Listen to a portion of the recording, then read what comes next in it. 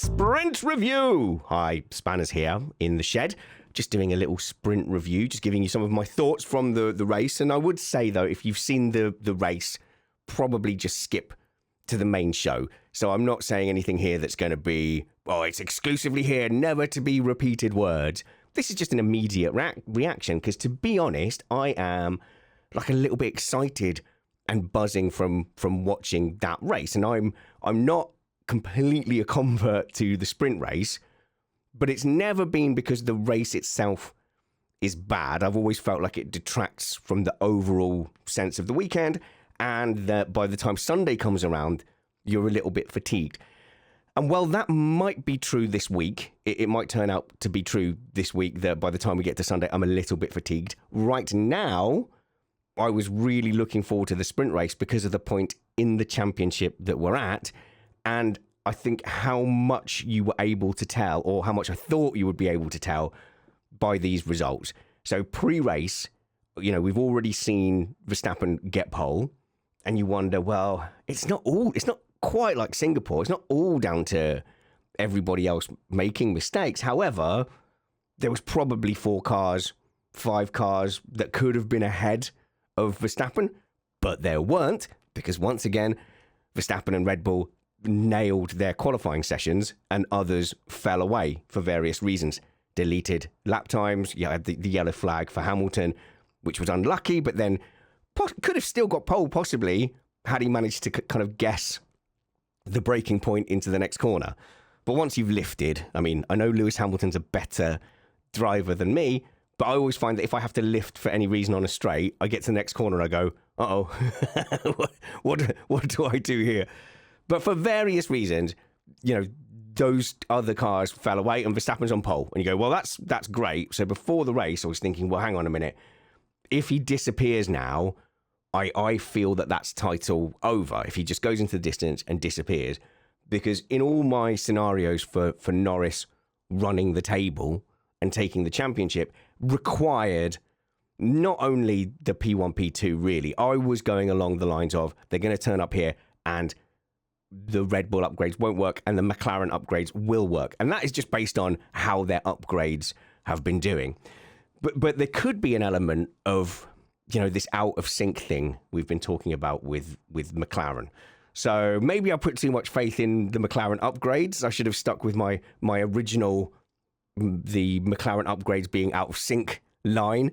But I think there's probably, truth in both of them. They have been doing really well with upgrades, but, their upgrades haven't been coming at the same time as other teams. And so maybe this is kind of Red Bull and Ferrari's turn and Mercedes' turn to come and step forth with an upgrade package. So, yeah, I think it was even the last show where I was saying to Matt, okay, for my scenario to run, we turn up and the Red Bull upgrades just didn't work. Well, I think it's clear from the sprint qualifying and the qualifying, too many sessions from the sprint qualifying and then the sprint race, Red Bull haven't had a disaster. It doesn't look like the horror show that they were going through 3 or 4 races ago has continued. Because as much as you say, well, as much as I'll insist that some other teams could have done better in qualifying, and, maybe not just have the 2 teammates scrapping entirely when a race win was on the cards and just have Sainz and Leclerc fighting for 19 laps. For all of that, you don't go and get pole and then go and win the sprint race if your car's a complete disaster. So whatever has happened over the summer, it's looking now. I want to throw my hands up in the air and give up. He's won it. But it looks like if not having, going back to we've got the best car on the grid, they're not sitting there with Max in a P7 car. And that would have been the big danger in the summer break, that they turn up for these last 6 and actually Max has got a P7 car, Norris has got this dominant car. And so now we've had a bit of a spoiler for Sunday for sure, even though, now they can come out of Parc Fermé and make changes. But we've had a little bit of a spoiler for Sunday in that I don't think Red Bull are going to turn up in that P7, P8 car. And that is going to be a big blow to Norris, because actually today, I'm not sure the McLaren was the second best car on that stint either. The Ferraris actually looked maybe overall the strongest car, but we can't even tell what Verstappen was doing because Verstappen was out there, looked like he was managing a gap. So, when Norris got within, 6, 8, he was able to then open up the DRS. It was unclear initially whether Norris was the one who was stalking and waiting for the rears to go off. But I think overall, if you look at the pack coming towards Norris, so we had the aborted Russell attempt, and then we had the obviously at the end, the Ferraris coming through. You go, no. It didn't look like it was Norris stalking. It looked like it was Verstappen controlling the pace up front. And it looked like it was Norris actually falling away from the rears. So overall, on the weekend, it's probably a toss-up to say who's the fastest car now going into the Grand Prix between Ferrari and Max Verstappen's Red Bull. And that's not what Norris needs at all. Norris needed to turn up here with the fastest car and drive better, because I think there's a driver advantage for that Red Bull entry in that Verstappen isn't putting a wheel wrong at the moment. He's had to defend, he's had to drive well. His move into turn 1 was smart, blocking that inside and making the others go the long way round. Obviously seemed to manage his tyres fine, didn't make any mistakes in qualifying. That the big danger for the McLaren entry was already the difference in driver performance. Whereas now, it looks like the upgrades haven't fallen their way either. And I'm painting a very negative picture for poor Lando Norris, aren't I? But I think we needed to see McLaren turn up and start dominating. And then you go, okay, now it's about how much can Max Verstappen cling on? Can he maximise those little results as he goes through and just scrap his way to the title? And I just don't think that doesn't look like it's the case now. Now, suddenly, that gap looks bigger. Let's say that they're in more equal machinery, then that gap looks bigger. If McLaren have actually dropped behind Ferrari and Red Bull, then it could well be game over. So look, nothing's I think decided until we see the result of the Grand Prix tomorrow. And I think if it's a Norris 1, Verstappen 2, then it's game on as you were. If Norris doesn't take points off of Verstappen, then to me that looks like it's game over. And it's disappointing for the good of the sport. I had put myself in Team Norris, which is not somewhere I would naturally have put myself, but I picked a side so that I could be emotionally invested in this championship. And from that point of view, this is a very disappointing result today. But Norris didn't look like the better driver either. It was a very kind of blunt defense against Norris. And if he was tyre saving, he kind of let himself get lured back into the Russell trap. Don't worry, I'm going to talk about Russell. Get himself lured back into Russell and the way Russell goes about things. And then obviously a big mistake, well, a couple of mistakes defending against Leclerc and, Sainz, wasn't it? And defending against Leclerc as well, just struggling on those brakes. It's a very difficult track when it comes to locking the brakes. So you go over the crest, and the amount of brake pressure you need before you go over the crest is different to once you go over the crest. So suddenly there's not as much contact with the ground. The force of the ground on the tyres suddenly is less than the pinchy of the brakes. And that's why you get a lot of lockups over there. And there's a lot of braking with steering on as well. But when it came down to it, combination of Norris mistakes or whatever setup they were running or whatever upgrades or maybe even downgrades. I think, did they have to adjust some of their wings? Well, I haven't kept particular track of that one, but it doesn't look great for Lando Norris at the moment. It's going to take a big result, I think, to swing me back. So at the moment, I'm sat with Matt. I'm sat with Matt now. Maybe it was 1 in 10,000 after all. But yeah, so a big result needed tomorrow for Norris. He needs to start nailing these qualifyings. If you've got a fast car, there's no point just looking sad at the end of every qualifying session saying, "Oh, beating you." Yeah, you take responsibility for it. That's great, but just Every time, I had a rubbish lap. I was rubbish. I did rubbish. This was, you go, do you know what? At some point, we're just going to believe you. That, right, you're right, actually. Yeah, you've had a really fast car and made some errors, and Verstappen's not doing that. Now, I'm not judging you like, oh, I'm better than you. No, I'm judging you against literally Max Verstappen, because that's the challenge that you've got now. So, looking forward, he's got to nail the pole later on tonight. And he's got to go and get a convincing victory, I think, for me to put down any more of my shed money on Lando Norris. Looking down the grid, the Ferraris, I think, in fact, some of this, right, I don't want to say that Verstappen had luck in any way, because he didn't. He was perfect in qualifying, was perfect in the race. There were factors that went against some of the other teams.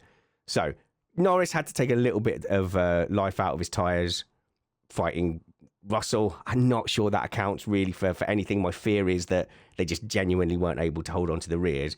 But the Ferraris, what were they doing? So the Ferraris took so much time and life out of each other with all that fantastic and entertaining racing.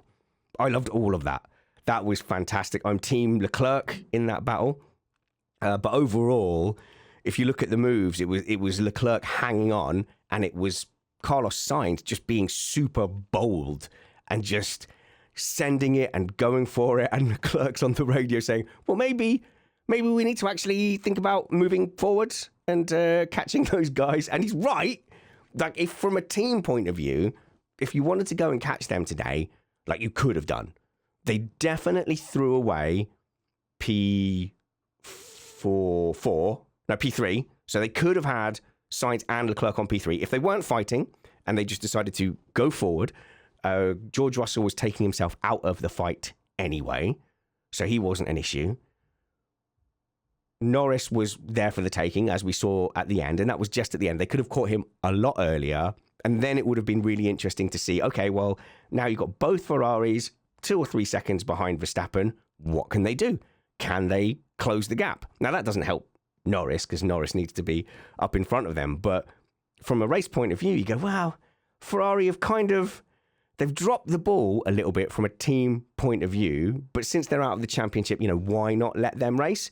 But you would imagine that they'll be looking at that and going, oh, we did actually have a bit of a race-winning car today. If things had gone differently in quali, if we'd have just, backed one driver, if Sainz had just got the move done and disappeared, there was potentially, not a win, I'm not going to say a win, but there was a chance to be really competitive up at the front. Definitely a double podium there for the taking for Ferrari today. Honourable mention for Haas. Haas looked very dynamic, interesting and exciting. And, I don't know how out in sync or out of sync they are, but they are not strangers to having these qualifying sessions where you suddenly get a Hulkenberg in a P7, P8. That was great. But I want to end, I think, talking about the Russell situation, because it has become chronic now. That this can't just be me. This can't just be me looking at Russell's performances and saying, why is no one telling him to stop doing that? Because his tendency seems to be do everything for the immediate gain, the immediate benefit. So there's several things he does that seem very short-sighted from my sofa, me sitting in my shed. But it's happening time and time again. And of course, I'm seeing this from a Hamilton point of view, and I've seen how over the last 3 years, he's been incredibly inconvenient to Lewis Hamilton. But I think it was particularly highlighted today up against Norris, where you suddenly see the drivers enter a phase where people are tyre saving to some extent. So at the beginning of that stint, you want to make sure it's the other guy's rears that are going off, not yours. And Russell just does not seem to see this. All he seems to see is, I can close the gap. I can close the gap, so I'm gonna. And I don't want to say, right, don't go racing. That's a crazy thing to say. Unfortunately, though, in Formula One, like, you don't always get that benefit from taking the immediate payoff. So he goes and chews up that gap and says, well, I can overtake Norris here. Ultimately, though, you don't actually have a delta. So you need a certain delta. You need to be a certain amount faster than another car to get an overtake done, so that you can get out of the main overtaking straights corner better. You've got to say better tire wear or better traction or more power, better aerodynamics through that corner. You normally need a certain amount of delta. So like on a really tight, twisty track, you might need to be 3 seconds a lap faster at Singapore for an overtake to be possible. Maybe at Silverstone, only 1.5 seconds makes an overtake possible. But when you're not tyre saving and the car in front is, you are closing the gap, but it's not a real delta. So by the time he gets up to Norris can then, defend. And all that happens there is they're both taking not ideal lines. They're losing pace on the car ahead. Norris doesn't want to let him go. He doesn't want to lose the position. But also, look back at the Ferraris that were doing a similar thing, and you kind of go, well, that's all what we've almost consented to do in this phase of the race. Russell says, no, I'm not doing that. I'm not in your tyre-saving battle. And he's entitled to do that. But time and time again, we've seen him do it, use up his tyres, and then drop back. And I've got proof. I did say in the Discord, because I was going, Russell, you're in the way. You're stopping Norris going up and chasing Verstappen. But I said, all of this just to eventually drop back to fifth. Right. So I always think your theories about a sport, about life, predictive power is the best way to test them. And by no means do we get all predictions correct. And I sit here and I caveat my predictions to death. So you got to get your get out clauses, haven't you? But also, I said, he's doing all of this and then he's going to drop down to fifth, because he's doing what he does all the time, which is just use up his tyres in just an excited mad rush and then drop back. But why isn't anyone telling him? As Hamilton fans, we've seen this because he gets in the way. Because when you have Hamilton and Russell on track together, if Russell's behind, he's like, Hamilton's too slow. Get him out of my way. Get him out of my way. I need to go past. I need to get him out. Yeah, we saw it. We've seen it a few times. We saw it at Interlagos. I think we saw it at Suzuka as well.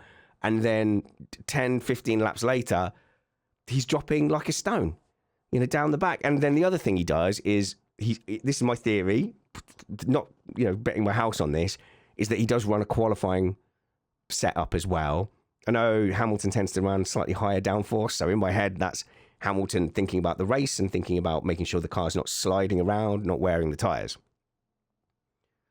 Whereas Russell is looking at what's the highest grid position that I can get, which is fine. That's Formula One, isn't it? That's racing. Get a high grid position. But we've seen then Russell be in Hamilton's way. So Hamilton's going for a different approach, which is, a little bit more balanced, a little bit more thinking about the race. And then he comes up against Russell, who's put himself in, I would say, an artificially high place, because you've got track position. But on all but the tracks where you just can't overtake, that isn't the premium place to be. You don't want to just be blocking like you would be at Monaco. So you want pole at all costs. You are you're basically compromising your race. You would want a little bit of race pace most of the time. And so that's another theory where I think he's going for that immediate gain. To me, I'm spending so long on this compared to the race. It's just because it's chronic, and it is strange that nobody's picking up on it. And in fact, I think he had one race where he did a really good couple of stints, and then Mercedes were tweeting that he's the tyre whisperer, and they started trying to do this thing. Oh no, George Russell's actually the tyre whisperer. But we can all see this, right? I'm not mad. We can all see this. Okay. Also to note, Tsunoda really, really scrapping hard against Perez and Piastri. And I think that was definitely a good day for him today, when he could see, like, oh, look at these. I've got these faster cars coming through. That's it. This is my moment. I'm going to make a name for myself here. I'm not going to do the Channing Tatum accent. But he was like, right, I'm not giving this up. I'm scrapping, and certainly he did. And I think he looked good out of that. Obviously, Perez and Piastri both on recovery drives. Hard to really judge their performance. I do not like this rule. It's starting to irk me, where if you are ahead at the apex, you can just run the other car off. And if that other car holds on and keeps their foot in and comes back at you, then they are pinged for leaving the track and gaining an advantage. That's no fun. That's not a race yet. I don't know. That just means, okay, that battle's over, done. Why not? Why not? I don't get it. Why not say, like, the outside car, if you're halfway alongside at least, you're entitled to stay on track. Like, you don't have to brake. You don't have to throw yourself off track. You're just entitled to racing room. Didn't F1 work like that for decades? What's wrong with that? What was broken about saying the outside car is entitled to room? So if you're the inside car, then obviously move down the inside, dive for the apex. But it's hasn't it always just been like it's a little bit of a compromise that you then can't go all the way to the exit because you've got to leave room for the car. You know, let's not say that the inside car can cut in, because that happened in an incident with Perez and Russell, I think, in Austria. I can't remember what year, I beg your pardon, where Russell was deemed to have hit him in that turn 4 in that downhill one. Russell was deemed to have hit him on exit, but actually Perez took a really tight entry. So he, from the outside, he then, instead of then going to the outside of the exit as you would expect, actually sort of put himself in the middle of the track. And Russell, being on the inside then, had really no chance of leaving Perez 3 cars widths to the left-hand side. But I think it's completely reasonable to make that overtake, and you have to leave a car's width to the exit. I think that's fine. And if they decide to move over and only leave one tyre on track, you can take that room, you know, you can fill that space. I get that. But this just, if you're ahead at the apex, just shove them off. I don't understand. I don't understand how we've got here. Welcome all your opinions. And you can always email us, spanners@missedapex.net, or feedback@missedapex.net. This is just a little thing of, to be honest, I just wanted to chat about it because, as you can tell, I'm excited. I was excited about the sprint. This is not an endorsement of the sprint format. If this was Sunday, I'd be equally excited on Sunday, and I do believe that some of the excitement is spread between the sprint race and the main Grand Prix, and I think that remains my objection, which is why I cannot stand there was a comment on the commentary from the legendary Martin Brundle saying, I suppose we should have had an FP3, that would have been more fun. That's not the point. Of course it's more exciting than an FP3. Of course it's more exciting than an FP3.